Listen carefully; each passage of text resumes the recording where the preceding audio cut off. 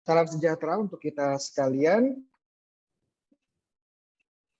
Tentunya selamat pagi kepada Romo Jos, ya, ini mentor saya dalam sebagai dosen, sebagai pengajar kitab suci yang sangat passionate, ya, punya passion luar biasa, dan juga beliau juga yang sebenarnya membantu saya ya untuk menjadi apa saya sekarang ini, ya. Dan puji Tuhan atas kepercayaan dari Romo Jo dan juga tentunya dari teman-teman pengajar sekalian. Dan saya diberi kesempatan untuk memberikan sedikit tentang pengetahuan atau ilmu dengan ilmu saya yang terbatas ini tentang kitab suci. Nanti sesi yang diberikan tadi saya lihat 1 jam ya, semoga saya bisa cover dalam 1 jam karena tadi saya persiapkan materinya agak panjang ya. Nanti kita lihat bisa sampai mana. Biasanya saya senang kalau ada tanya jawab ya, seru biasanya. Oke, saya share materi di share screen. Iya, sebentar. Oke, jadi tema yang saya bawa adalah kisah sengsara Yesus Kristus ya, dalam bahasa Inggris Passion of Christ. Namun karena tahun ini ada tahun liturgis, saya akan fokus teksnya dari Lukas ya, dari Lukas. Nanti kita akan membaca melalui Injil Lukas dan kita coba bedah, kita coba buka, kita unpack ya. Dan apa yang coba dibawa Lukas, yang ingin Lukas bawa kepada kita melalui kisah sengsaranya. Nah, saya juga sudah minta tolong beberapa teman ya untuk membacakan teks yang tertera pada layar Anda. Ini jadi saya saja ngomong terus, tapi juga ada partisipasi dari teman-teman. Kita mulai dari sakratul maut sampai Yesus dikuburkan. Ya.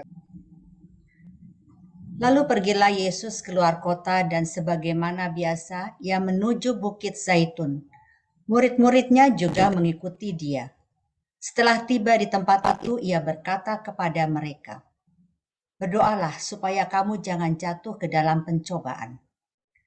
Kemudian ia menjauhkan diri dari mereka kira-kira selempar batu jaraknya. Lalu ia berlutut dan berdoa, katanya, "Ya Bapakku, jikalau engkau mau, ambillah cawan ini daripadaku.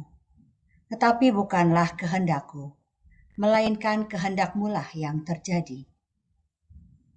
Maka seorang malaikat dari langit menampakkan diri kepadanya untuk memberi kekuatan kepadanya. Ia sangat ketakutan dan makin bersungguh-sungguh berdoa.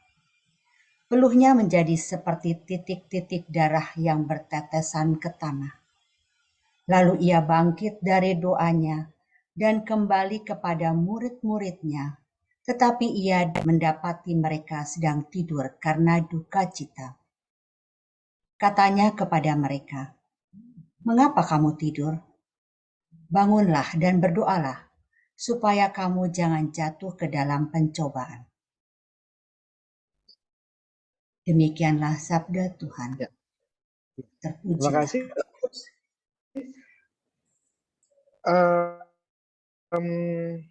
Sebelum saya masuk lebih dalam penjelasan, pengantar umum bahwa ada 4 Injil dan keempat Injil memiliki kisah sengsara Yesus ya. Namun kita harus perhatikan juga tiap penginjil memiliki sedikit kekhasan, memiliki kekhasan masing-masing, memiliki perbedaan kalau kita lihat detailnya nanti ya, dan kita akan perbedaan-perbedaan ini bukan sebuah kontradiksi ya, tetapi merupakan bagaimana usaha para penginjil untuk saling melengkapi di satu sisi dan di sisi lain juga untuk menonjolkan kekhasan masing-masing ya, atau menonjolkan teologi pribadi mereka. Jadi tidak perlu khawatir nanti kalau kita lihat ada perbedaan, ini saling melengkapi ya. Oke, kita lihat konteks geografisnya. Yesus di mana? Yesus di mana? Yesus ada di Yerusalem. Tapi pada kesempatan ini sakratul maut atau Yesus yang berdoa di Bukit Zaitun atau di Taman Getsemani ini ada di sebelah timur Yerusalem. Kalau lihat di peta, ini ada tempel ya, tempel di tengah itu bait Allah. Yesus dan para murid ini dari bait Allah ini menuju yang disebut sebagai Kidron Valley ya, lembah Kidron, turun, kemudian naik lagi ke Bukit Zaitun ya. Kenapa disebut Bukit Zaitun? karena ya di sana banyak tempat di tempat favorit sebenarnya kurang lebih artinya tempat pemerasan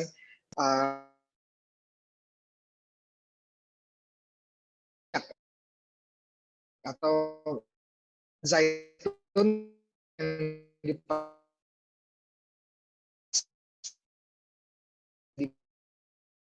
zaitun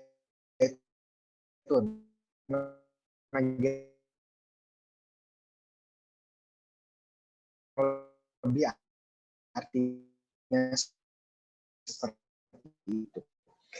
Mari kita lihat apa yang menginjilnya. Kalau di Injil yang lain itu muncul 3 nama, ya, Petrus, Yohanes, Yakobus yang menemani Yesus saat doa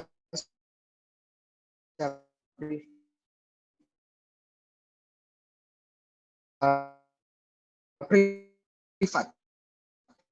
Namun di Injil Lukas ini tidak disebutkan. Ya, karena dalam transfigurasi dengan Yesus seorang anak perempuan ya, dan tapi kali ini tidak muncul ya. Nah, dikatakan dalam Injil Lukas bahwa Yesus ini memiliki kebiasaan berdoa di Bukit Zaitun. Jadi ini bukan sekali Tuhan, tapi merupakan sebuah kebiasaan.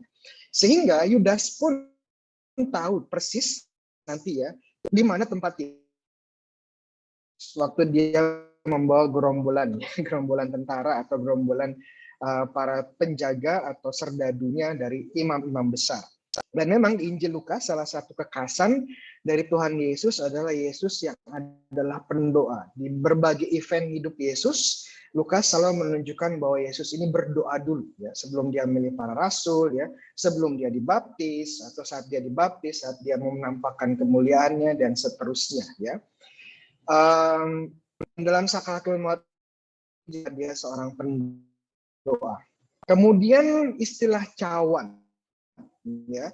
Cawan jadi ini dilepaskan dari dia, tetapi kehendakmulah yang terjadi. Ya, kata cawan di sini, kalau kita lihat perjanjian lama, biasanya merujuk kepada lambang penghakiman ilahi atau lambang penderitaan. Ya, jadi Yesus menyadari, ya dia sungguh manusia dan sungguh Allah, dan sisi Allahnya memberitahu sisi manusianya bahwa dia akan menderita. Menderitanya pun luar biasa. Ya. Dan penderitaan yang menarik adalah tapi ini kalau kita bahas Yohanes ya, kalau kita bahas di Yohanes, cawan ini mungkin merujuk kepada cawan terakhir pada perjamuan terakhir pada waktu kita terbatas. Kehadiran malaikat sebagai jawaban Allah terhadap doa Yesus. Nah, ini juga kekhasan dari Lukas, munculnya malaikat. Ya. Di dalam Injil-Injil yang lain malaikat tidak muncul ya, tetapi di Injil Lukas malaikat muncul. Malaikat hadir dalam beberapa episode penting Yesus di Injil Lukas. Jadi kalau kita kembali ke Yesus di padang gurun ya, setelah Yesus digoda itu muncul malaikat yang melayani Yesus. Kemudian waktu Yesus bangkit ada 2 malaikat yang hadir dan menunjukkan kubur yang kosong. Kemudian saat Yesus naik ke surga, kedatangan. Jadi Injil Lukas menunjukkan sentral ya, peran sentral dari para malaikat. Jadi kita lihat tekanan-tekanan dari Lukas yang tidak muncul di tempat-tempat yang lain. Ya, malaikat hadir sebagai jawaban ya, dari doa Yesus. Yesus tidak akan, Allah Bapa tidak mengambil cawan itu, tidak mengambil penderitaan Yesus, tapi Allah Bapa mengutus malaikat untuk mengutus putranya yang menghadapi penderitaan dan sengsaranya. Ya. Dan ini juga muncul di Lukas ya, sebuah kondisi yang disebut sebagai keringat darah. Saya tanya teman medis ya, dan dia bilang ini istilahnya adalah hematohidrosis ya. Hematohidrosis itu darah hidro ya, jadi atau keringat, jadi pecah dan akhirnya keluar darah, biasa berat ya, kondisi stres karena Yesus melihat ya, dengan pengetahuan ilahinya dia melihat apa yang akan terjadi ke depan terhadap dirinya. Tentu saja kalau kita memiliki pengetahuan yang sama pun kemungkinan besar akan mengalami stres yang luar biasa ya, stres yang luar biasa, bahkan jadi mencatat ini ya, kondisi yang oleh menghadapi atau menerima kondisi di mana dia akan menderita sengsara ya. Itu fokus dari Lukas Sakratul Maut. Sedikit berbicara tentang Taman Getsemani dan Bukit Zaitun ya. Kenapa tempat ini dipilih ya? Karena ada menarik kalau kita lihat buah zaitun ya. Buah zaitun adalah buah berharga bagi bangsa Israel ya. Kalau di Indonesia itu banyak rempah-rempah ya, zaitun sangat jarang digunakan. Berbeda, tidak banyak rempah zaitun tumbuh jadi ini yang menjadi favorit mereka ya. Dan selain untuk kebutuhan sehari-hari, untuk makan, untuk masak, zaitun juga memiliki khasiat khasiat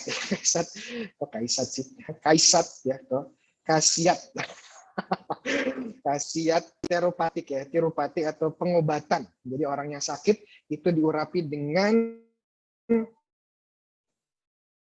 minyak zaitun, dan ini masih dilakukan ya sampai sekarang saat kita sakramen perminyakan itu minyak zaitun ya. Nah, aja seperti Saul rapi, kemudian imam seperti Harun itu diurapi, nabi seperti Elisa yang diurapi Elia ya. Jadi kata yang diurapi itu artinya dalam bahasa Ibrani Mesiah, itu asal kata Mesias ya, kata Mesias atau bahasa Yunaninya Kristos, jadi dan Latin Kristus itu artinya yang diurapi ya. Diurapi dengan apa ya? Minyak zaitun ya. Jadi orang yang dan tentunya keperluan rohani. Jadi yang saya sebutkan tadi, Mesias adalah orang yang diurapi ya, dan kemudian tidak hanya sebagai pengurapan keperluan rohani, di mana orang yang diurapi adalah mereka yang mendapatkan tugas dan misi khusus dari Tuhan, tapi juga minyak zaitun digunakan sebagai kurban persembahan, ya, kurban persembahan. Jadi sangat banyak fungsinya, dari fungsi sehari-hari sampai fungsi rohani, fungsi sakral ya. Dan yang menarik adalah kalau kita baca salah satu tradisi rabbinik ya, salah satu saja, menyatakan pohon zaitun sebagai pohon kehidupan di tengah taman Firdaus. Dan ini sangat unik karena nanti kita akan lihat bahwa kata Firdaus ini akan muncul ya, kata Firdaus ini akan muncul di Injil, di kisah sengsaranya Lukas ya. Jadi kini sebenarnya untuk kenapa memilih tempat ini, karena sepertinya Yesus tahu bahwa dirinya adalah sang zaitun yang baru ya, sang minyak zaitun yang baru atau buah zaitun yang baru, buah kehidupan yang baru yang akan memberikan kesembuhan, yang akan memberikan kita, yang akan menjadi sebuah kurban dan adalah Mesias sendiri ya. Pilihan Yesus di Taman Getsemani bukan kebetulan ya. Karena Yesus ingin menunjukkan bahwa Yesus sebagai sang Mesias yang diurapi sebagai buah zaitun yang baru ya, buah kehidupan yang baru dan sebagai yang diurapi. Dan menarik kalau kita lihat proses pembuatan buah zaitun ya. Proses pembuatan zaitun itu tidak mudah karena pertama buahnya akan digiling ya, setelah dipetik ya, buahnya digiling, diremukkan ya dengan kilangan, batu kilangan ada di contohnya ada di layar Anda teman-teman, dan kemudian setelah digiling atau diremukkan ya, saripat remah-remahnya itu kemudian dikumpulkan dan diperas ya, diperas dengan sistem seperti ini. Jadi bisa dibayangkan untuk menghasilkan buah zaitun, menghasilkan minyak zaitun yang dapat berguna, itu buah zaitun harus diremukkan, harus dihancurkan tidak hanya sekali, tapi bahkan sampai 2 kali. Ya. Ini berbicara tentang pengorbanan Yesus. Ya, kenapa Yesus memilih tempat itu pada sakratul mautnya? Ya, karena dia melihat mungkin ini teori saya ya, dengan Bapak Gereja juga, bahwa Yesus melihat dirinya seperti zaitun yang baru agar bisa berguna untuk keselamatan dunia, untuk kehidupan kekal, dia harus dihancurkan terlebih dahulu. Oke, minta bantuan lagi, silakan. Penampakan Yesus. Waktu Yesus masih berbicara, datanglah seorang gerombolan orang sedang muridnya yang bernama Yudas. Seorang dari ke-12 murid itu berjalan di depan mereka. Yudas mendekati Yesus untuk menciumnya. Maka kata Yesus kepadanya, "Hai Yudas, engkau menyerahkan anak manusia dengan ciuman?" Ketika mereka yang bersama-sama dengan Yesus melihat apa yang akan terjadi, berkatalah mereka, "Tuhan, mestikah kami menyerang mereka dengan pedang?" Dan seorang dari mereka menyerang hamba imam besar sehingga putus telinga kanannya. Tetapi Yesus berkata, "Sudahlah itu." Lalu ia menjamah telinga itu dan menyembuhkannya. Maka Yesus berkata kepada imam-imam kepala dan kepala-kepala pengawal bait Allah, serta tua-tua yang datang untuk menangkap dia, katanya, "Sangkamu aku ini penyamun, maka kamu datang lengkap dengan pedang dan pun pentung? Padahal tiap-tiap hari aku ada di tengah-tengah kamu di dalam bait Allah, dan kamu tidak menangkap aku. Tetapi inilah saat kamu, dan inilah kuasa kegelapan itu." Terima kasih. Ya, yang benar tadi saya salah tulis, harusnya penangkapan ya, bukan penampakan Tuhan Yesus. Terima kasih. Apa yang khas dari Yudas? Ya, Yudas mengkhianati Yesus dengan sebuah ciuman. Ya, seringkali ada pertanyaan kenapa harus dicium. Ya, ini ya sebenarnya sangat budaya ya, sangat kultural ya, kebudayaan bangsa Ibrani pada waktu itu, Yahudi ya, kalau ketemu ya saling saling berciuman ya. Ya, besok-besok bahasa Spanyolnya ya. Jadi kenapa perlu dicium ya? Karena ini menjadi sarana identifikasi sederhana sebenarnya, praktikal. Pada waktu itu gelap ya, dan tidak semua orang yang datang ke tempat itu mengenal dengan baik muka Yesus. Ya, berbeda dengan zaman sekarang ya, di mana muka seseorang bisa dengan cepatnya viral karena sosial media, karena internet. Zaman dulu nggak ada ya. Jadi untuk mencegah kesalah tangkap ya, memastikan bahwa ini sungguh-sungguh Yesus, maka diperlukan sebuah tanda ya, tanda praktis. Orang yang kucium adalah dia ya. Dan ini yang dilakukan oleh Yudas ya. Dan dengan sebuah ciuman kau mengkhianati aku atau menyerahkan anak manusia. Nanti kita juga akan bahas tentang istilah anak manusia ya. Kemudian kejadian berikutnya yang cukup unik adalah bagaimana seorang murid Yesus menghunus pedang dan melukai ya telinga seorang hamba imam besar. Jadi gerombolan yang datang ini bukan tentara Roma, ya, bukan tentara Roma, tetapi dari pihak yang nanti kita akan lihat sebagai namanya Sanhedrin atau Mahkamah Agama atau Mahkamah Agung Agama Yahudi yang memiliki kekuasaan atau memiliki force power atau police power, memiliki polisi lah, semacam ormas yang memiliki preman-premannya lah, kalau bahasa kasarnya seperti itu ya. Ini yang menangkap Yesus awalnya ya. Dan kita lihat nama yang tidak disebutkan ya, nama yang memotong telinga, yang siapa yang dipotong juga tidak ada. Tapi kalau kita baca Injil Yohanes ya, namanya adalah Petrus, kemudian yang dipotong adalah Markus ya. Begitu. Dan ada kejadian di mana Yesus menyembuhkan orang yang telinganya dipotong ini. Dan ini sebenarnya nggak muncul di Injil lain ya. Kemudian diakhiri dengan inilah saat kamu dan inilah kuasa kegelapanmu. Kegelapan itu jadi disinilah Yesus menyatakan konflik antara Yesus dan kekuasaan gelap ini mencapai klimaksnya. Jadi Yesus ya, Lukas melihat bahwa kisah sengsara juga merupakan sebuah struggle atau sebuah perang, ya konflik antara Yesus, kerajaan Allah, dengan setan dan kerajaan kegelapan. Ya, ini menjadi konflik antara dua kekuatan. Ya, tentu saja kita tahu siapa yang menang.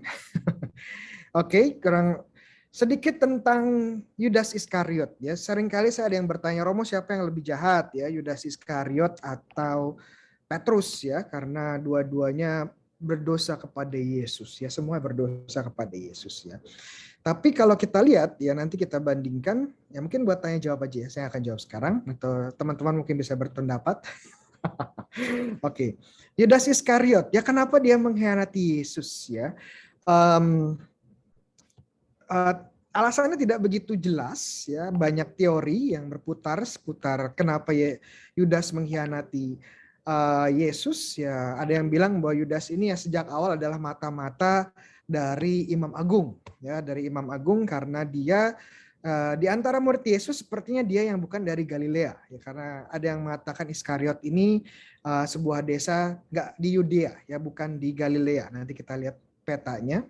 Jadi ada yang bilang seperti itu. Ada yang bilang bahwa Yudas ini memiliki visi Yesus sebagai seorang seorang Mesias, tapi Mesias yang berperang, ya, seorang jenderal. Dan ini kesempatan, tapi Yesus ternyata tidak sesuai dengan ekspektasinya dan dia merasa kecewa dan kemudian dia menjual Yesus. Ya, ini ada ya teori-teori seperti itu, ya, kita nggak tahu dengan pasti.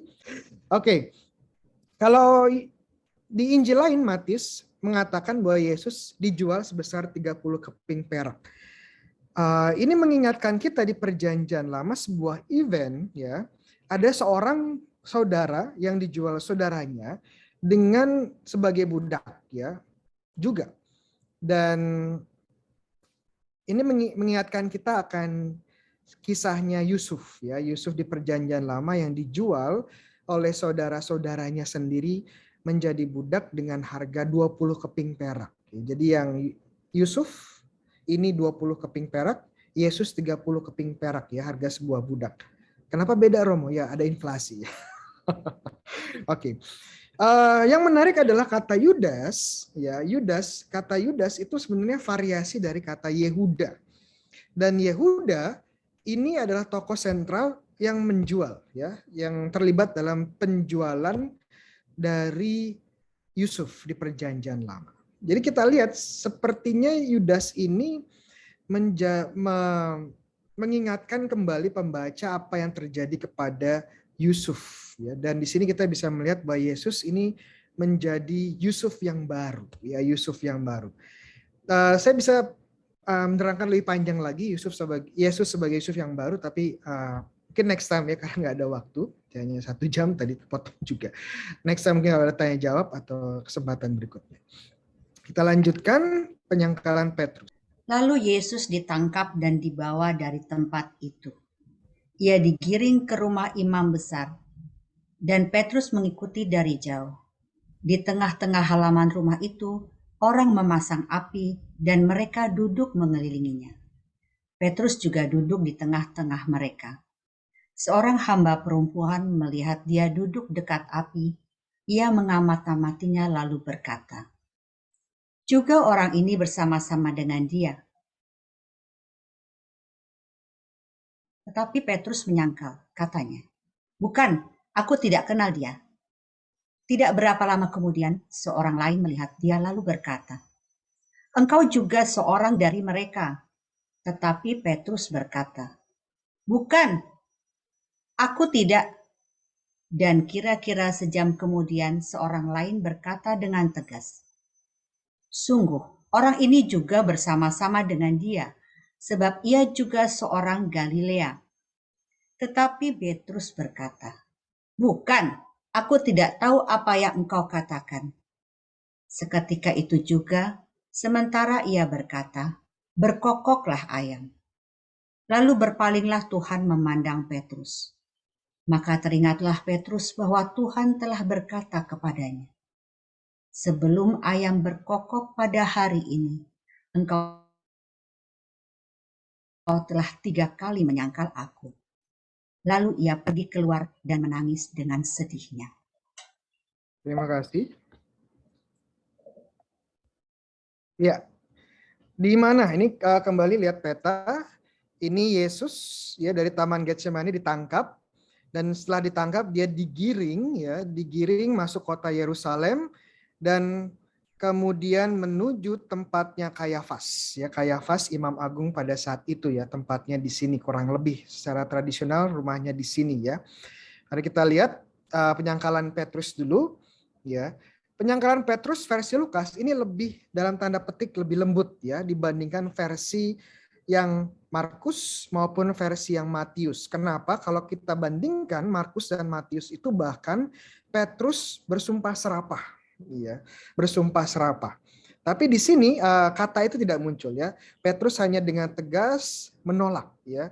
Namun juga di sisi lain ada sebuah hal yang menarik karena semakin Petrus ini menyangkal ya, semakin Petrus menyangkal Yesus, ya salah ketik, menyangkal Yesus, semakin Petrus dikenali sebagai murid Yesus. Kenapa? Karena semakin banyak dia berbicara, semakin orang mengenali aksen Galileanya. Nah, saya kurang tahu aksen Galilea seperti apa zamannya Petrus ya, dan aksen Yudea seperti apa saya juga tidak tahu. Tapi orang dikatakan, oh ya kamu orang Galilea, pasti kamu ikut Yesus ya. Kok tahu dia orang Galilea dari mana? Ya dari aksennya. Ya, semakin dia menyangkal Yesus, semakin banyak berbicara. Ironisnya semakin dia dikenali sebagai murid Yesus karena dia berasal dari Galilea ya.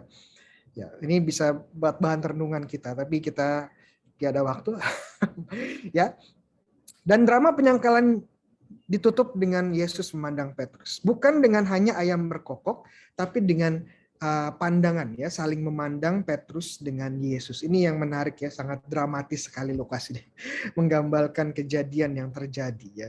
Oke, itu penyangkalan Petrus ya, mungkin bahan renungan mana yang lebih berat dosanya, Petrus atau Yudas ya, silahkan direnung-renungkan. Ya, kita lanjutkan. Yesus di hadapan Sanhedrin. Dan orang-orang yang menahan Yesus mengolok-olokkan dia dan memukulinya. Mereka menutupi mukanya dan berkata, "Cobalah katakan siapa yang memukul engkau?" Dan banyak lagi hujat yang diucapkan mereka kepadanya.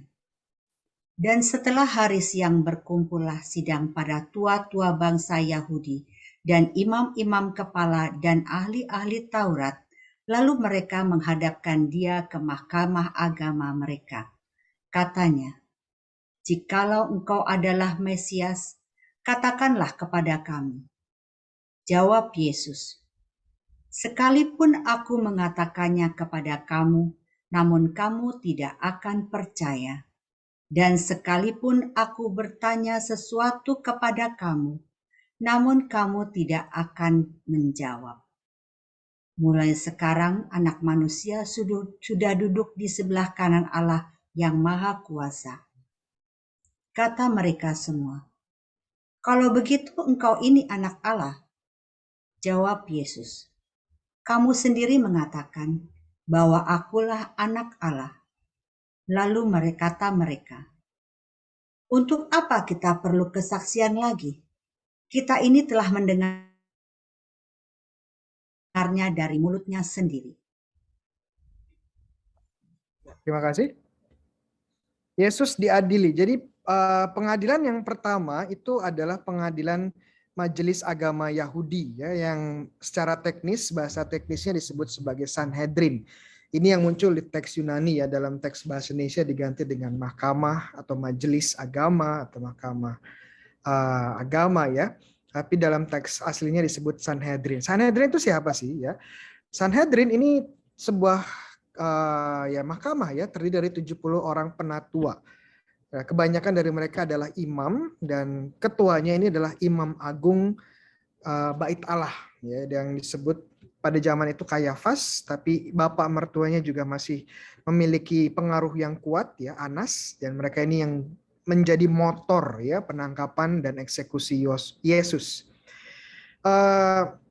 Dan walaupun sebenarnya tugas utamanya adalah mengurus bait Allah di Yerusalem, tapi karena mereka punya kekuatan yang mungkin kita sebut fatwa, ya fatwa, kekuatan untuk mengajar, mereka didengarkan oleh banyak orang di Palestina, bahkan di luar Palestina sebagai otoritas, ya sebagai otoritas.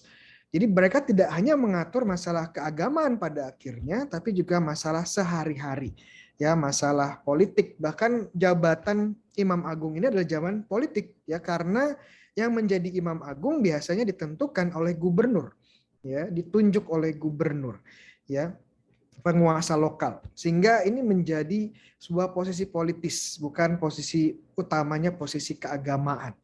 Dan memang dia punya, sudah saya sebutkan tadi, kelompok ini juga punya polisinya, ya, punya satpam-satpamnya, bisa menangkap orang, bisa menghukum orang, ya, bisa memukuli orang, tetapi mereka dibatasi kekuasaannya di mana mereka tidak dapat menjatuhkan hukuman mati. Untuk hukuman mati itu masih reserve atau hanya diuntukkan bagi gubernur atau wali negeri.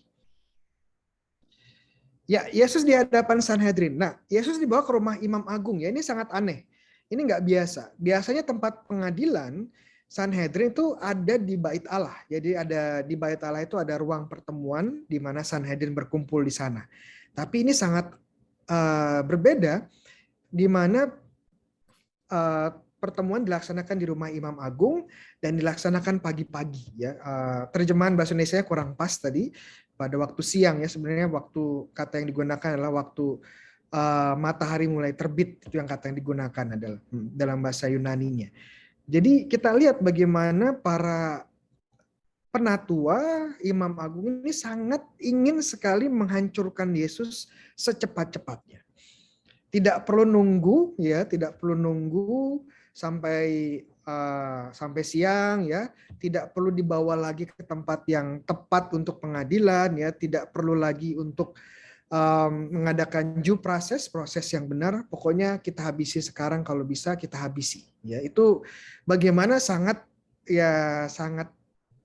kuat hasrat mereka menghancurkan Yesus, ya, secepatnya. Oke, dan sebelum dia bertemu dengan dengan para penatua Sanhedrin, Yesus sudah dihina, dipukuli, ya. Tadi kita lihat berbagai bentuk, ya, bentuk aniaya yang dialami oleh Yesus. Nah, yang menarik adalah dalam versi Lukas tidak ada saksi palsu, ya, tidak muncul saksi palsu. Bahkan di kalimat terakhir Imam Agung dikatakan, buat apa lagi kita memerlukan kesaksian, ya, para saksi, ya. Dari mulutnya sendiri kita sudah bisa menentukan, ya. Dan di sini Yesus memiliki dialog yang cukup panjang sebetulnya, ya. Yesus langsung memberikan jawaban tentang dirinya. Waktu Yesus ditanya, apakah engkau Mesias, ya, yang diurapi. Jawaban Yesus, kalian, kalau saya bilang ya, kalian tidak akan percaya, ya. Lalu kenapa Yesus ini, kan di Injil-Injil lain secara khusus Yohanes, Yesus terkesan diam, ya, terkesan diam. Nah, dari Injil Lukas ini diberi jawabannya, kenapa saya kok selalu diam ditanya. Ya karena saya kalau ngomong ya kalian nggak akan percaya, ya. Dan kalau saya bertanya dengan kalian, bertanya jawab, kalian pun tidak akan memberikan jawabannya kepada saya. Jadi nggak ada gunanya. Yesus sudah tahu bahwa pengadilan seperti ini adalah pengadilan yang tidak adil, hasilnya sudah ditentukan, ya, buat apa lagi dia menjawab, ya, begitu. Dan dia mengakhiri dengan kata ini, ya, Yesus menyatakan dirinya sebagai sang anak manusia. Nah, ini adalah gelar yang sangat disukai oleh Yesus untuk mendeskripsikan dirinya, ya. Waktu dipanggil Mesias oleh Petrus, Yesus bilang jangan panggil saya Mesias, rahasiakan dulu, ya. Dipanggil sebagai Tuhan, ya, Tuhan, Yesus, ya, Mesias yang paling kentara. Tapi Yesus selalu memanggil dirinya sebagai anak manusia. Kadang-kadang ya dia memanggil diri sebagai guru, ya, tapi paling sering adalah anak manusia. Anak manusia bisa merujuk kepada manusia secara umum, tapi di sisi lain juga anak manusia, kalau kita lihat ayat yang digunakan Yesus, ini merujuk kepada kitab Nubuat Daniel bab 7, ya, yang berbicara tentang penglihatannya tentang anak manusia. Ya, penampakan anak manusia di Nubuat Daniel, ya. Kalau kita baca 7:13, Aku terus melihat dalam penglihatan malam itu tampak datang dengan awan-awan dari langit seorang seperti anak manusia. Ya, seperti anak manusia. Jadi dia itu wujudnya seperti manusia, tetapi di sisi lain juga lebih dari manusia. Kenapa? Karena dia mengendarai awan. Ya, mengendarai awan. Kalau teman-teman baca Perjanjian Lama, hanya satu tokoh karakter yang bisa mengendarai awan. Ya, datang dengan awan itu hanya satu, Allah sendiri. Jadi satu sisi seperti manusia, namun di sisi lain juga karena dia mengendarai awan, dia lebih dari manusia. Dia adalah figur ilahi sebenarnya, ya, divine figure. Yang menarik adalah selain ada tokoh yang mengendarai awan ini anak manusia, muncul juga ya orang yang lanjut usia, ya. Bahasa Inggrisnya ancient one, ya, yang holam atau yang kekal, ya, lebih tepatnya yang kekal. Jadi dia ada dua tokoh ilahi di sini, ya. Dan Yesus menggunakan ini, ya, untuk mendeskripsikan dirinya, ya, mendeskripsikan diri. Kita kembali lagi dikit, ya. Kata yang digunakan, ya. Ya, lihat. Mulai sekarang anak manusia, ya, berdiri di sebelah kanan Allah yang Maha Kuasa. Ini gambaran yang sama persis dengan nubuat Daniel bab 7 ayat 13. Dan orang-orang Yahudi secara khusus para penatua langsung mengerti bahwa Yesus itu menyamakan dirinya dengan figur ilahi di Daniel 7:13. Dan ini adalah sebuah penghujatan. Menghujat Allah hukumannya mati. Jadi itu pidana utamanya seperti itu. Itu mereka sebenarnya sudah siap, ya, untuk melakukan menghajar Yesus, apapun yang dikatakan oleh Yesus. Tapi ini juga menjadi kesempatan Yesus akhirnya mengakui siapa dirinya, ya. Nah, kalau Yesus ini bohong, tentunya dia menghujat Allah, ya.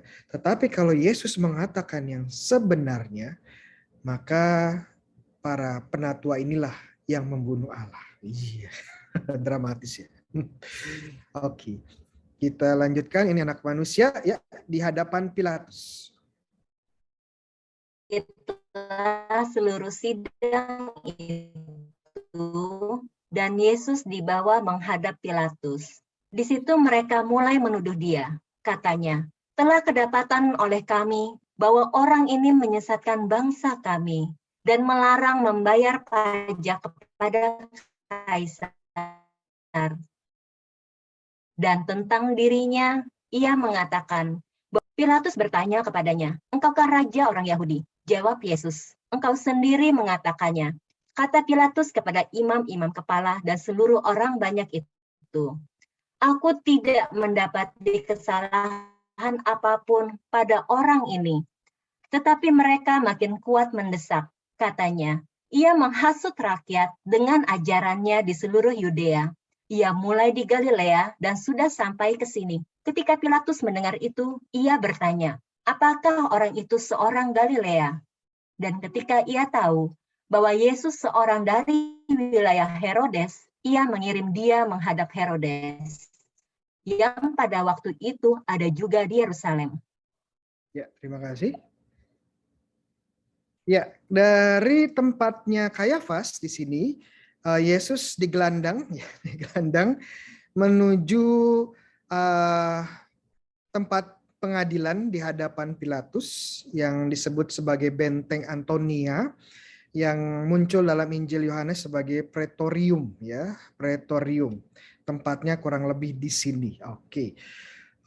Apa yang terjadi? Oke, kita lihat Yesus diadili. Kenapa perlu dibawa kepada Pilatus? Sekali lagi, karena para Sanhedrin tidak memiliki kekuasaan untuk menghukum seseorang, ya, untuk menghukum mati seseorang.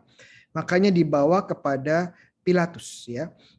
Dan yang menarik adalah siapa sih sebenarnya Pilatus ini, ya? Pontius Pilatus namanya ini muncul di syahadat para rasul dan syahadat Nisia Konstantinopel, ya. Siapa sih orang ini sebenarnya, ya?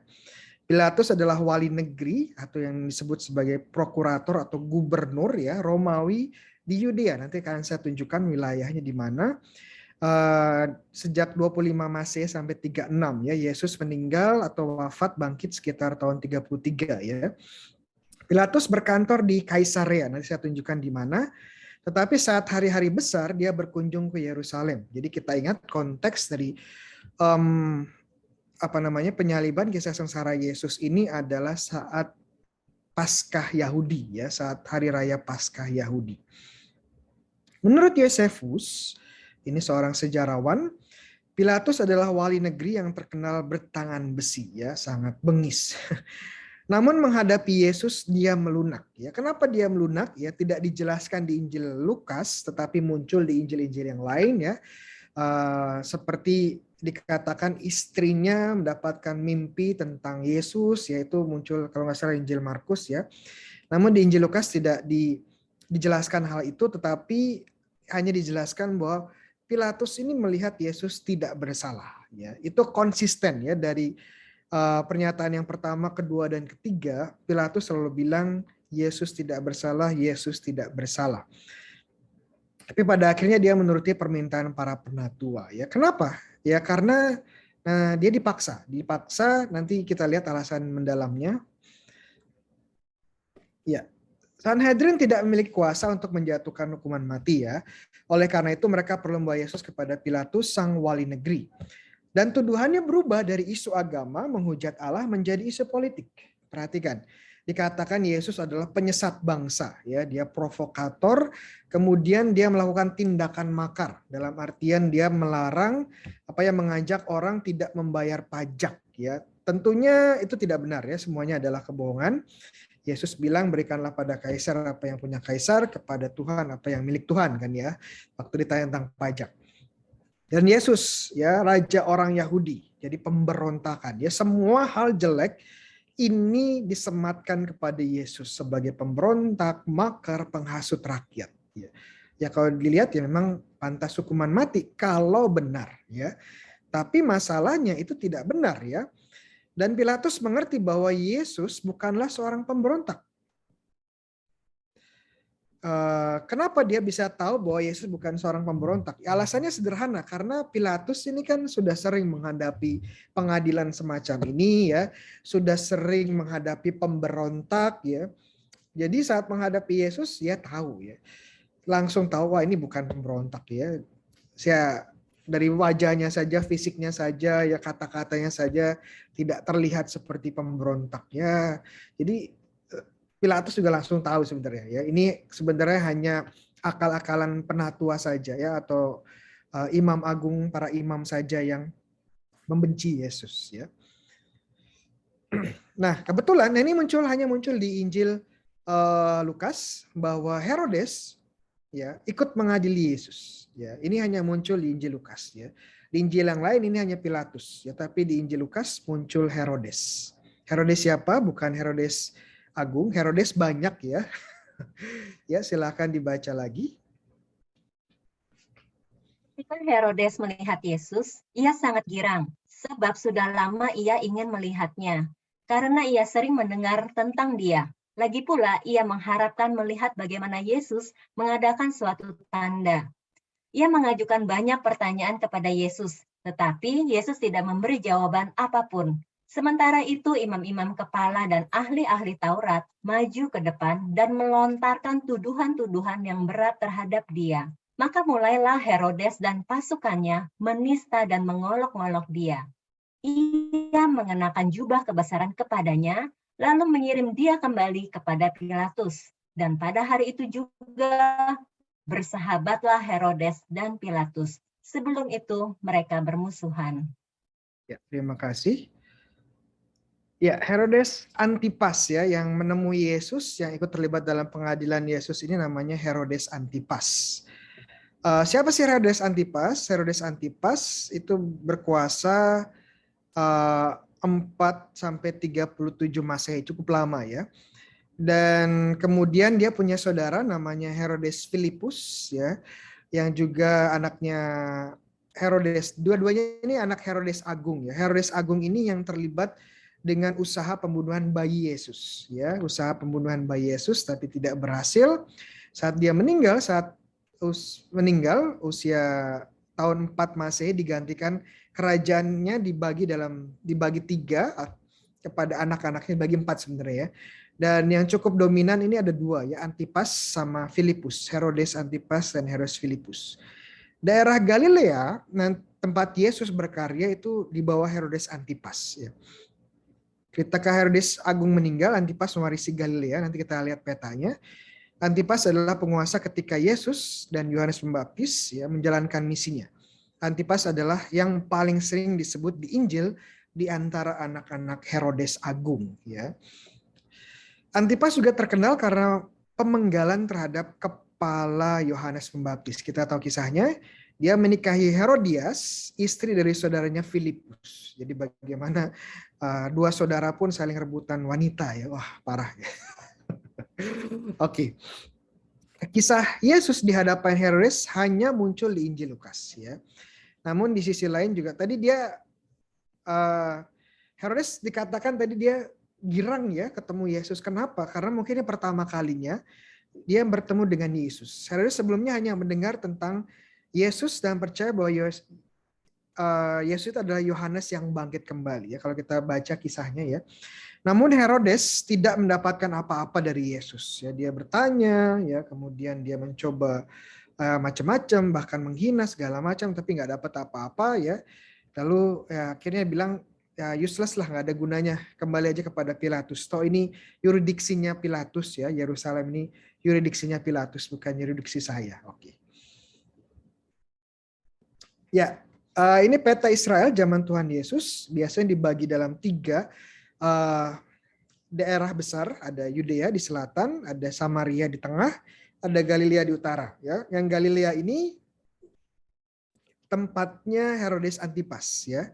Herodes Antipas. Kemudian kalau mau yang Filipus di sebelah sini sebenarnya, tidak keluar.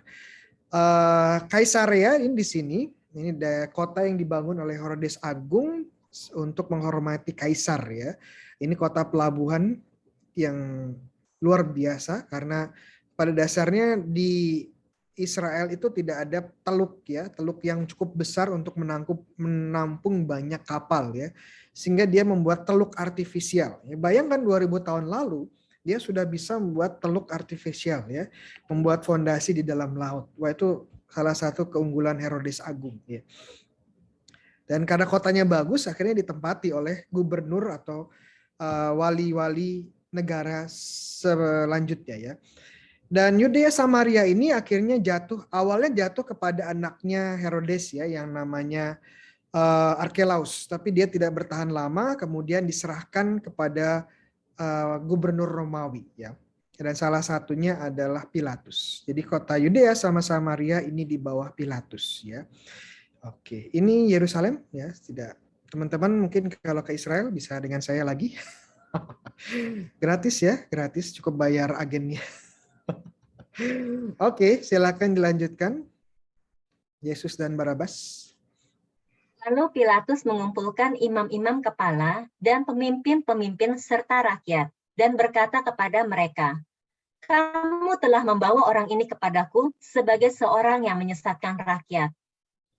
Kamu lihat sendiri bahwa aku telah memeriksanya, dan dari kesalahan-kesalahan yang kamu tuduhkan kepadanya, tidak ada yang kudapati padanya. Dan Herodes juga tidak, sebab ia mengirimkan dia kembali kepada kami.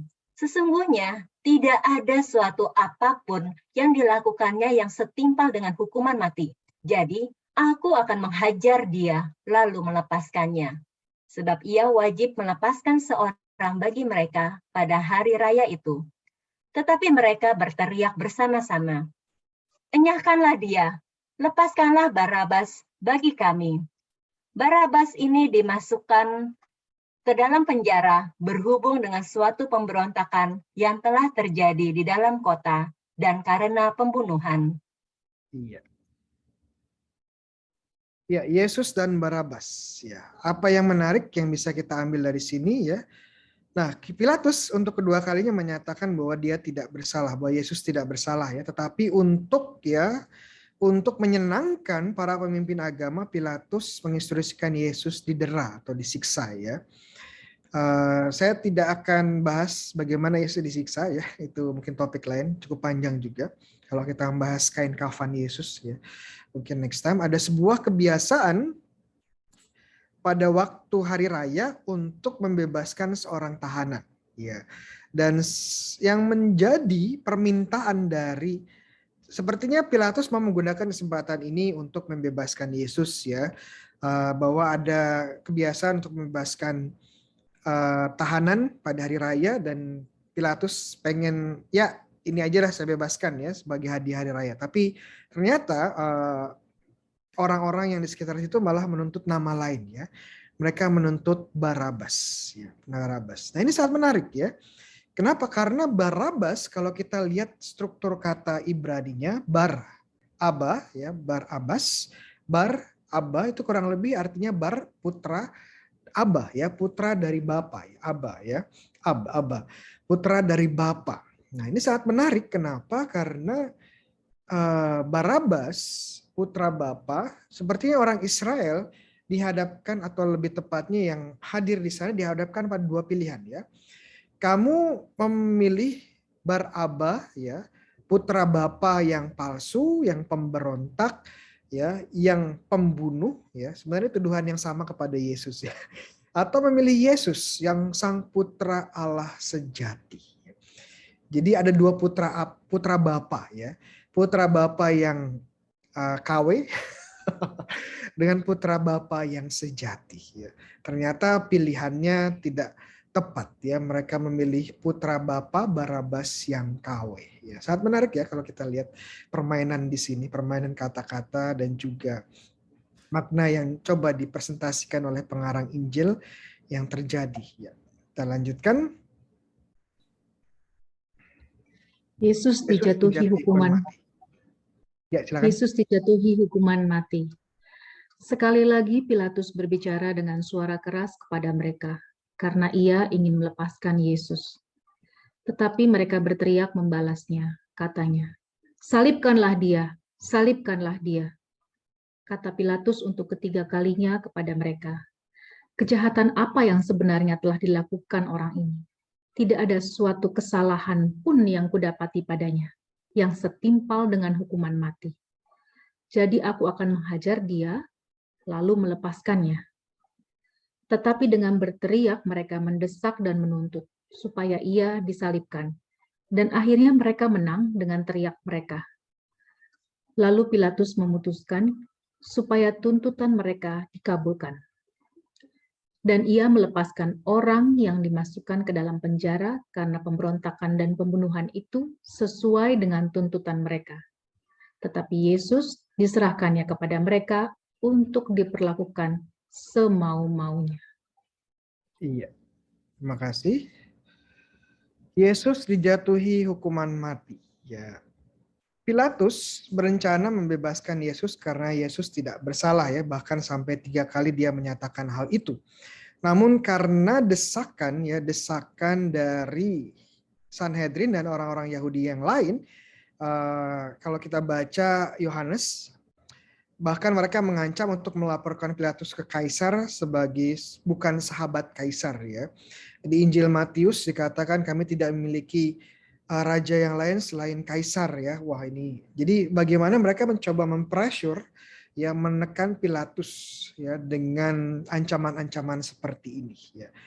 Ya, akhirnya Pilatus pun menyerahkan Yesus, ya. Walaupun ya Pilatus sebenarnya tetap memiliki kekuasaan untuk membebaskan Pilatus. Itu pasti, ya.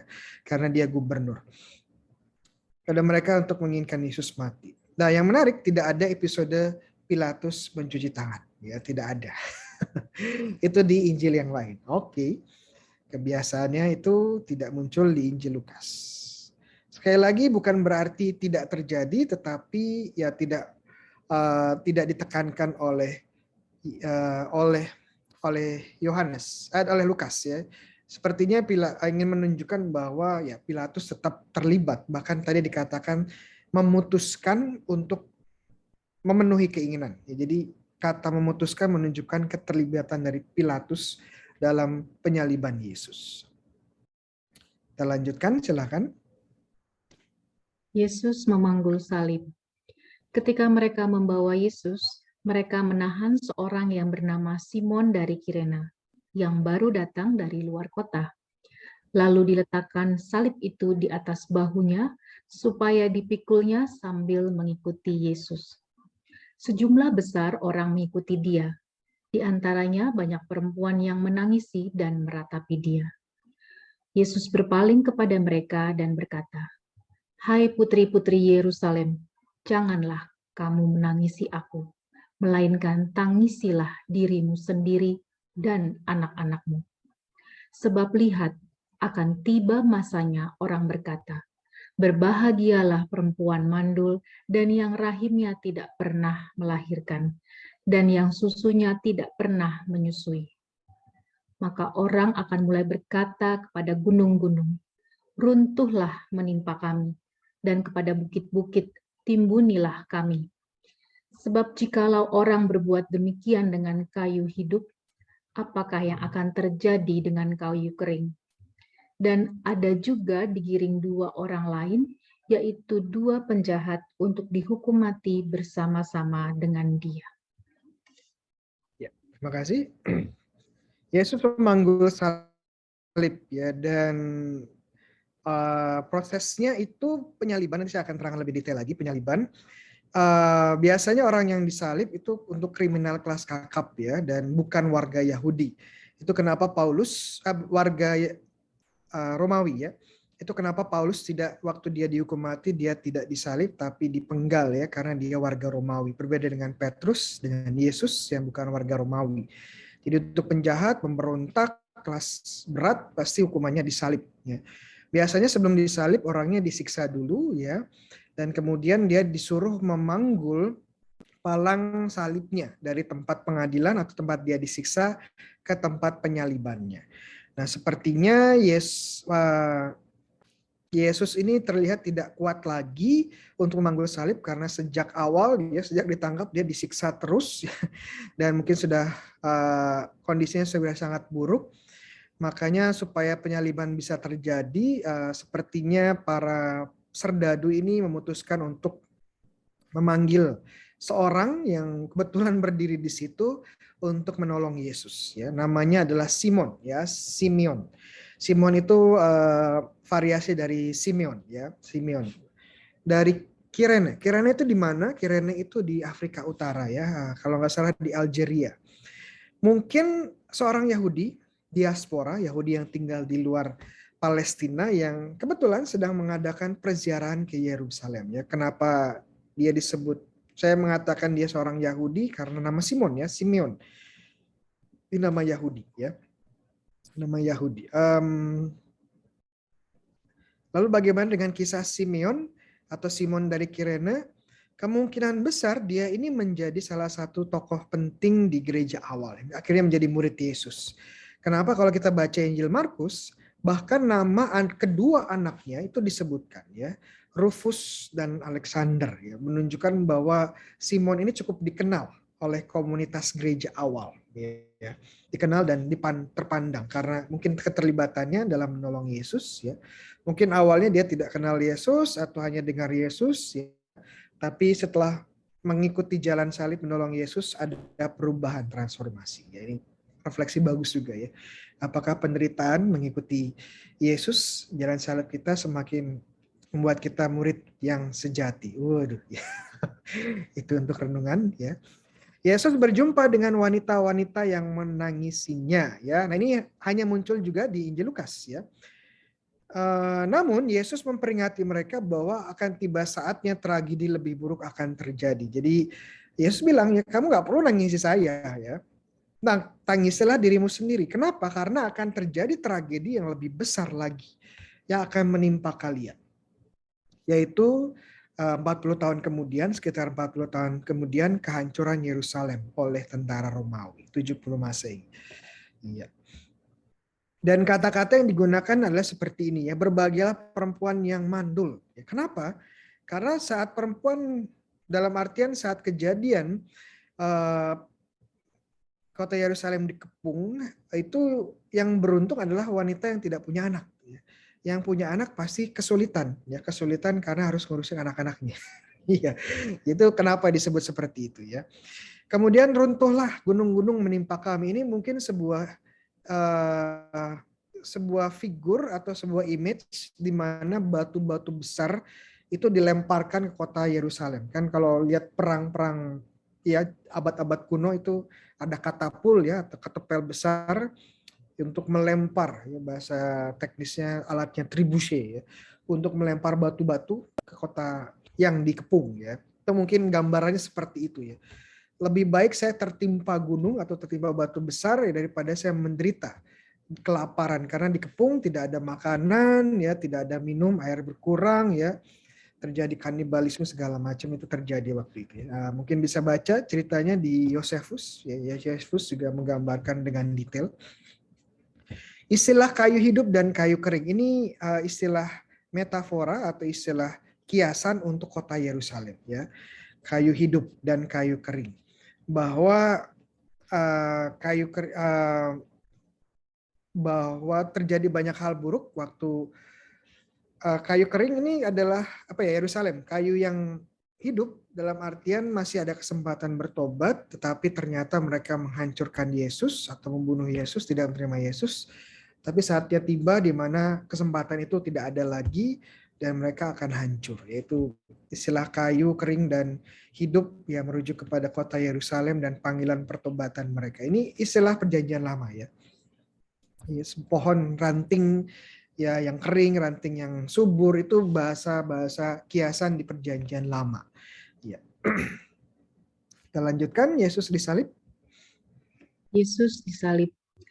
Ketika mereka sampai di tempat yang bernama Tengkorak, mereka menyalibkan Yesus di situ dan juga kedua orang penjahat itu, yang seorang di sebelah kanannya dan yang lain di sebelah kirinya. Yesus berkata, "Ya Bapa, ampunilah mereka, sebab mereka tidak tahu apa yang mereka perbuat." Dan mereka membuang undi untuk membagi pakaiannya. Orang banyak berdiri di situ dan melihat semuanya.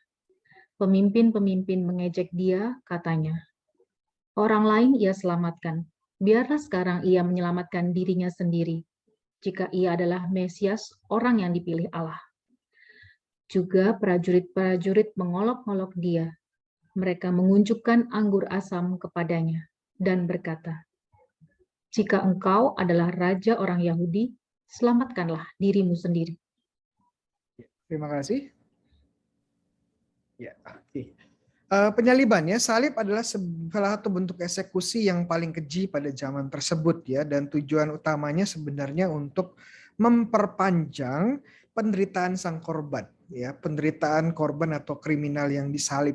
Itu tujuannya sebenarnya bukan untuk membunuh secepat-cepatnya, tapi membuat orang menderita baik secara fisik lebih lama dan secara mental ya, secara emosional, karena dia akan menjadi tontonan ya, tontonan orang yang lalu lalang. Biasanya orang disalib di tempat yang umum ya, di mana bisa dilihat oleh banyak orang ya, dilihat oleh banyak orang. Nama tempatnya adalah Golgota dalam bahasa Ibrani ya. Tapi yang digunakan, kata yang digunakan oleh Lukas adalah tengkorak ya, dalam bahasa Yunani kalau nggak salah kranium ya, nanti saya cek lagi. Jadi seorang yang disalib itu akan diikat atau dipaku di tiang ya, di tiang. Dipaku di tiang, dan bayangkan ya, kalau dipaku di tiang, kaki dan tangan tidak bisa bergerak ya, tidak bisa bergerak. Dan bayangkan kalau tangan kita tidak bisa, penderitaan sederhana aja, kalau kita garuk ya, kalau kita gatal terus kita nggak bisa garuk ya, itu kan sudah menderita ya. Ya, tangan kita diikat, kita gatal, nggak bisa garuk, wah menderita sekali. Bayangkan ini tangan terentang ya, dan kaki juga dipaku ya, dan biasanya di bagian bawah kaki itu ada tempat pijakan dan posisi kaki agak membengkok ya. Kenapa seperti itu ya? Karena tangan saat dia stretch, saat dia terulur seperti ini, dia akan mengalami kondisi di mana dia akan sulit bernafas ya.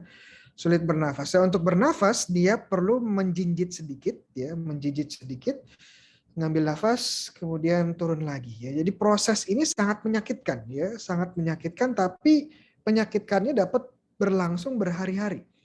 Ya, menurut catatan ada orang yang bisa sampai 5 hari bertahan di salib ya. Bertahan di salib. Jadi proses ini adalah proses yang memastikan orang yang disalib menderita berkepanjangan. Orang biasanya meninggalnya karena apa? ya banyak hal ya, ada yang kehabisan darah, ada yang kelaparan, ada yang kehabisan udara ya karena dia tidak kuat lagi untuk mengambil udara, akhirnya ya oksigennya habis dan meninggal. Ada yang menurut penelitian juga kena apa ya cardiac arrest ya, jantungnya berhenti tiba-tiba karena trauma yang luar biasa. Ya banyak kemungkinan ya, banyak kemungkinan. Yesus ini exception ya, pengecualian karena dia tidak lama disalibnya ya, mungkin karena sudah disiksa habis-habisan ya, kemudian darahnya sudah banyak keluar dan akhirnya dia pun meninggal bisa dalam waktu yang cukup relatif cepat ya. Penyaliban Yesus, di tengah penderitaannya Yesus berdoa dan mengampuni orang-orang yang menyalibnya ya. Ini di Injil Lukas ada tiga kata-kata Yesus yang muncul ya, 3 kata-kata terakhir. Nanti kita akan lihat. Kemudian kalau dibandingkan dengan Markus, Matius itu hanya 1 kata yang muncul ya, yaitu kata-kata Eloi Eloi lama sabachthani. Itu yang hanya muncul di Markus dan di Matius ya. Tapi di Lukas itu tidak muncul, namun 3 kata lain yang muncul ya. Kemudian di Injil Yohanes ada 3 kata lagi kalimat yang muncul juga. Kalau digabungkan ini akan menjadi 7 kalimat atau 7 kata terakhir Yesus disalib. Ya, bahasa Spanyolnya siete palabras ya, atau 7 sabda, 7 last word of Jesus ya. Di negara-negara lain kayak saya di Manila di Filipina itu sebelum merayakan ibadat Jumat Agung jam 3 sore itu ada dari jam 12 sampai jam 3 ada yang disebut sebagai ibadat 7 sabda terakhir Yesus ya, siete palabras atau 7 last word. Jadi ada 7 kata itu direnungkan ya, ada pewarta yang merenungkan bersama. Itu kebiasaan di sini. Indonesia mungkin bagus juga mencoba. Oke. Yesus mengampuni karena dia mempraktekkan apa yang diajarkan ya. Kalau kita akan dengarkan bacaan besok minggu ke-7 itu sabda bahagia. Setelah sabda bahagia Yesus yang mengajar kasihlah musuhmu ya. Ampunilah mereka dan doakanlah orang yang menganiaya kamu. Ya, ini yang dilakukan Yesus ya. Jadi apa yang diajarkan Yesus dia praktekkan sendiri. Ya, oke. Yesus diolok ya sebagai sang penyelamat, Mesias dan raja. Ini semua sebenarnya benar ya. Yang tidak bisa menyelamatkan dirinya sendiri. Yesus tentunya bisa menyelamatkan dirinya sendiri. Tapi ya Yesus memberikan dirinya ya untuk keselamatan kita. Oke, kita lanjutkan ke tentang salib, silakan. Yesus dan 2 penjahat. Ada juga tulisan di atas kepalanya. Inilah Raja orang Yahudi. Seorang dari penjahat yang digantung itu menghujat dia, katanya, "Bukankah engkau adalah Kristus? Selamatkanlah dirimu dan kami." Tetapi yang seorang menegur dia, katanya, "Tidakkah engkau takut jika tidak kepada Allah, sedang engkau menerima hukuman yang sama?" Ya. Kita memang selayaknya dihukum, sebab kita menerima balasan yang setimpal dengan perbuatan kita, tetapi orang ini tidak berbuat sesuatu yang salah. Lalu ia berkata, "Yesus, ingatlah akan aku apabila engkau datang sebagai raja." Kata Yesus kepadanya, "Aku berkata kepadamu, sesungguhnya hari ini juga engkau akan ada bersama-sama dengan aku di dalam Firdaus." Ya, terima kasih. Jadi Yesus dan 2 penjahat ya. Yang biasanya orang yang disalib itu tuduhannya akan digantungkan ya. Digantungkan di leher dengan tali atau disematkan di bagian salibnya. Ya, ini sepertinya yang dilakukan kepada Yesus adalah disematkan di kayu salib di atas kepala. Jadi kita tahu bentuk salib Yesus itu T ya, T yang ada ujungnya di atas karena dikatakan tulisannya disematkan di atas kepalanya Yesus ya. Jadi kita tahu di kitab suci tidak diterangkan bentuk salib Yesus seperti apa, bisa X, bisa palang seperti ini ya, bisa T seperti ini ya. Tapi ada indikasi kalau kita lihat bahwa bentuknya adalah T yang seperti ini ya. Karena Ya ini ada tulisan yang disematkan di atas. Versi Lukas adalah inilah raja orang Yahudi ya. Tapi versi yang lebih populer adalah versi Yohanes ya. Yesus orang Nazaret, raja orang Yahudi. Itu Indri dalam bahasa Latin ya, yang sering digunakan itu versi Yohanes ya. Versi Yohanes dikatakan dalam versi Yohanes ditulis dalam 3 bahasa. Bahasa Ibrani, bahasa Yunani, dan bahasa Latin ya. Kurang lebih ini bahasanya ya, bahasa Ibraninya ada yang bisa baca, silakan. Nanti saya kasih pisang nih. Oke, baca dari kanan ke kiri ya. Ini Yosua, An-Nasareth, Melek itu raja ya. Yudaim ya, semacam itu. Yudayim ya, Yahudi atau Yehuda. Kalau bahasa Yunaninya Yesus Nasaraios Basileos itu raja ya. Ton Iodaion ya. Basileos, makanya kita punya kata basilika. Basilika itu rumah raja ya. Yesus Nazarenus Raja Rex Iudairum ya. Jadi Inri, INRI ya. Inri itu dari kata Latin Yesus Nazarenus Rex Iudairum. Iudairum ya. Ya. Dialog antara Yesus dan 2 penjahat yang bertobat ini juga hanya muncul di Lukas ya. Ada yang tahu nama yang 2 penjahat ini siapa ya? Gak ada di kitab suci tapi menurut tradisi ya. Yang satu namanya Romo Joseph, yang satu namanya Robayu. Ya bercanda. Ya, 2 penjahat ya, yang menurut tradisi namanya Dismas dan yang satu namanya Justus. Ini tradisi yang ada di kitab suci. Yang bertobat namanya Dismas sebelah kanan ya. Hari ini juga engkau akan bersamaku dalam Firdaus. Ya, kata yang digunakan dalam bahasa Yunani adalah paradeiso ya, paradaiso.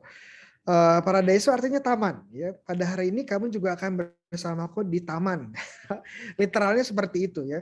Tentunya taman yang dimaksud di sini adalah Taman Eden ya, Taman Eden. Jadi bagaimana surga ini digambarkan sebagai Taman Eden yang baru. Tempat yang penuh kedamaian, sukacita ya, tempat di mana manusia dan Allah berdamai ya. Jadi ini menarik ya, karena pada momen terakhir ada pertobatan dan Tuhan pun menerima pertobatan yang sungguh-sungguh sungguh-sungguh ya, yang tulus dari penjahat seberat apapun. Kalau momen terakhir hidupnya mereka bertobat dengan tulus, Tuhan pun ya menjanjikan ini ya, membawa ke taman ya, membawa ke Firdaus atau Paradiso ya. Apalagi kita yang hidupnya sepanjang hidup kita sudah mengikuti Yesus ya, pasti akan ada tempat yang jauh lebih baik lagi ya. Oke. Kita lanjutkan ya bagian terakhir ya, senang sekali sudah habis. Yesus wafat. Ketika itu hari sudah kira-kira jam 12. Lalu kegelapan meliputi seluruh daerah itu sampai jam 3, sebab matahari tidak bersinar. Dan tabir bait suci terbelah 2. Lalu Yesus berseru dengan suara nyaring, "Ya Bapa, ke dalam tangan-Mu kuserahkan nyawaku." Dan sesudah berkata demikian, ia menyerahkan nyawanya. Ketika kepala pasukan melihat apa yang terjadi, ia memuliakan Allah, katanya, "Sungguh, orang ini adalah orang benar." Dan sesudah seluruh orang banyak yang datang berkerumun di situ untuk tontonan itu, melihat apa yang terjadi itu, pulanglah mereka sambil memukul-mukul diri. Semua orang yang mengenal Yesus dari dekat, termasuk perempuan-perempuan yang mengikuti Dia dari Galilea, berdiri jauh-jauh dan melihat semuanya itu. Ya, terima kasih. Yesus wafat ya. Yesus disalib antara jam 9 dan 12 ya, kurang lebih. Dikatakan di Markus 15:25 Yesus disalib sekitar jam 9, di Yohanes dikatakan sekitar jam 12 ya. tentunya ini estimasi ya, estimasi antara jam 9 jam 12 kurang lebih ya.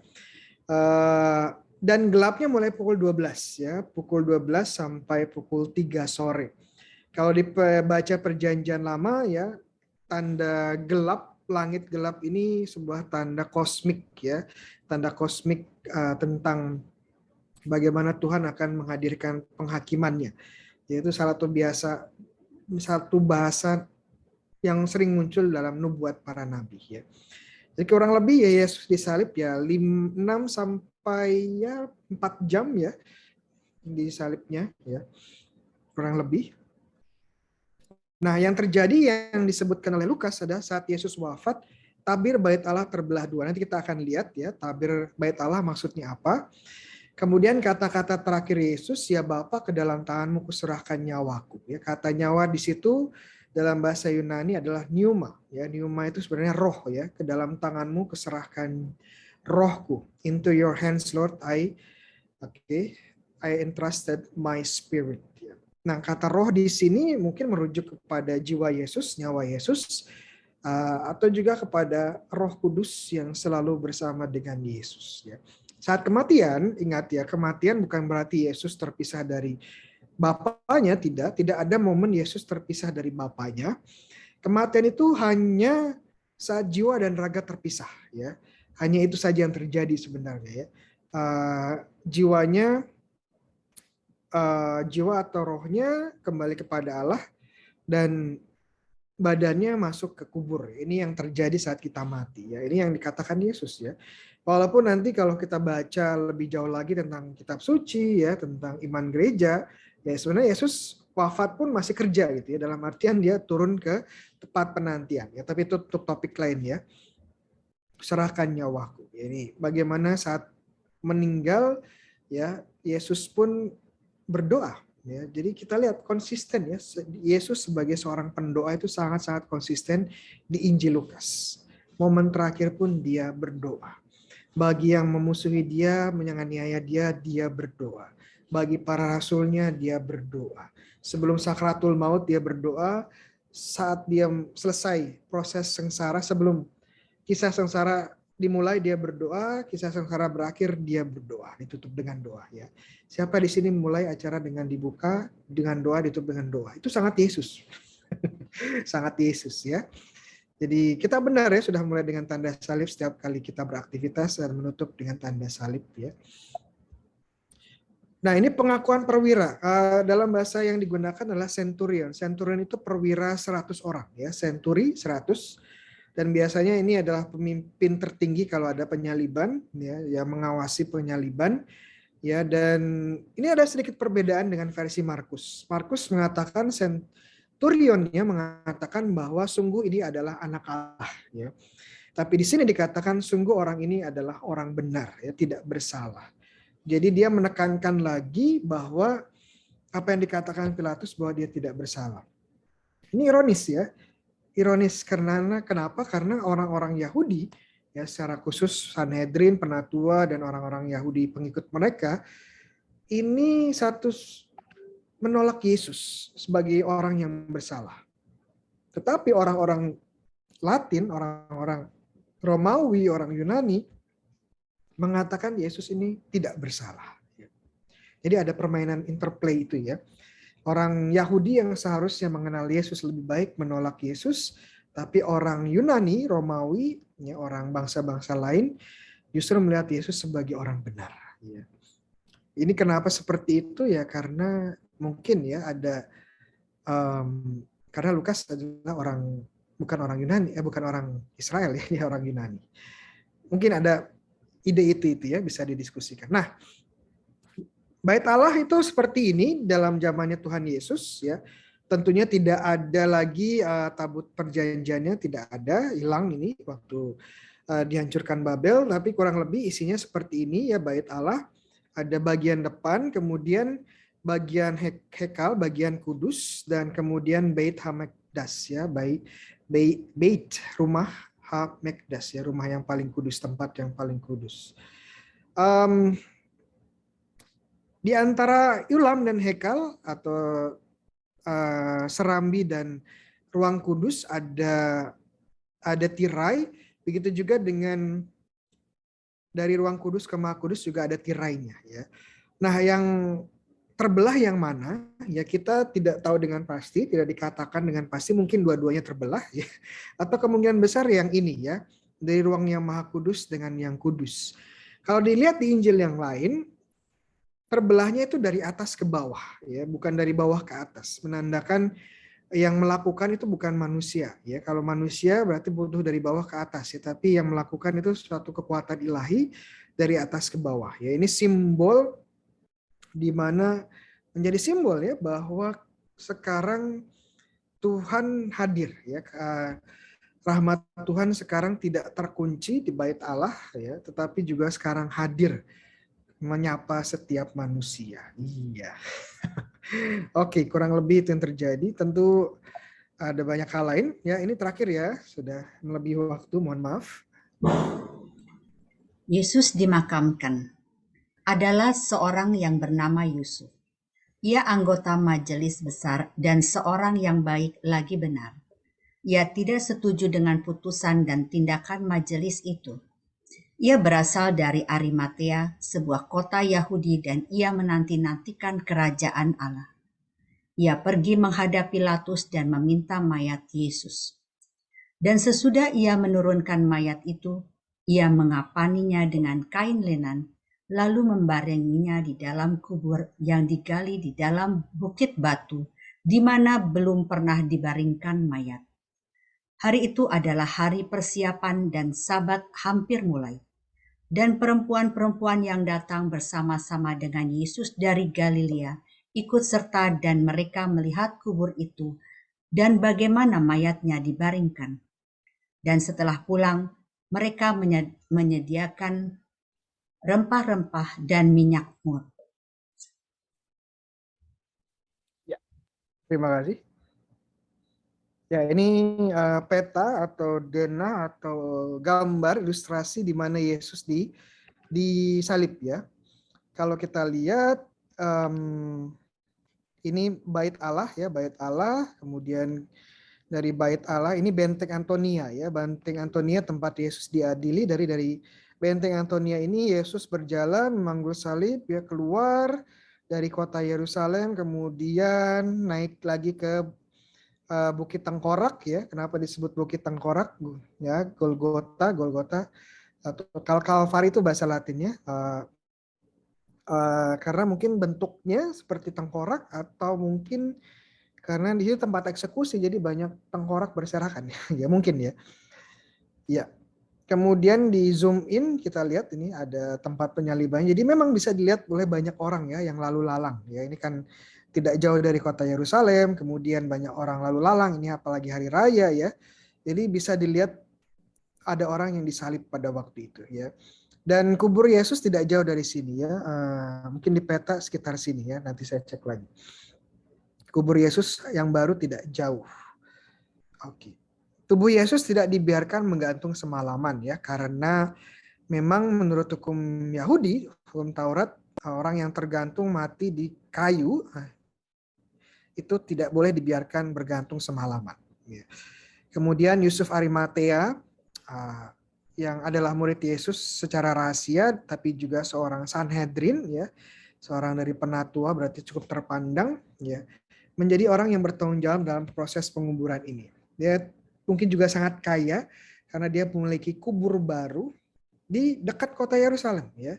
Berarti dia punya tanah di sana dan tanahnya pasti harganya tinggi karena dekat kota Yerusalem ya. Jadi kita bisa bayangkan. Dan kubur baru ya.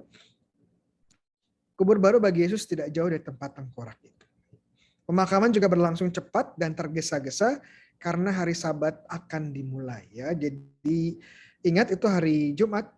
Ya, hari Jumat meninggal jam 3, kemudian hari Sabat mulainya Jumat jam 6-an ya, matahari terbenam itu sudah masuk hari Sabat. Jadi mereka hanya punya sekitar maksimal 2 jam ya, 2 jam setengah untuk mengubur Yesus. Jadi prosesnya tergesa-gesa ya.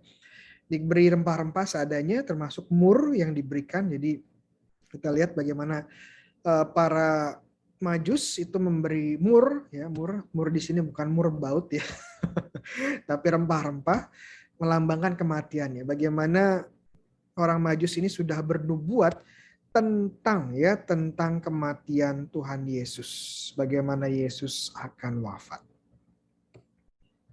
Ya, penguburan Yesus pada zaman itu dilakukan dengan masuk ke gua, ya. Jadi bukan dikubur masuk ke tanah, tapi masuk ke gua, ya. Kemudian diletakkan di gua, ya, diletakkan tempat tidur seperti ini, gua tempat tidur batu, ya. Kemudian dikafani. Setahun kemudian akan datang lagi kerabat keluarga untuk mengambil tulangnya, dimasukkan ke sebuah kotak, ya, yang disebut sarkofagus. Ya, itu biasa tradisi.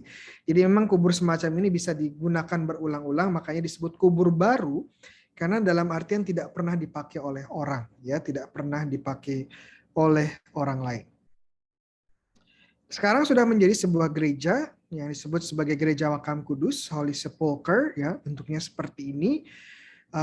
Dikuasai secara dominan oleh Ortodoks Yunani, ya. Gereja Katolik punya tempat tapi nggak besar, ya. Dan ini bagian makamnya, ya, makam kudusnya. Jadi kalau teman-teman masuk ke sini, yang dilihat di situ ya sebuah batu, ya, batu yang dipercaya menjadi tempat Yesus disemayamkan dan tentu saja tempat Yesus bangkit, ya. Kita lihat lagi batunya semacam ini, ya, batunya. Oke. Ini batu yang menjadi pusat berziarah. Ya, itu dulu ya. Ketemu sampai Yesus bangkit.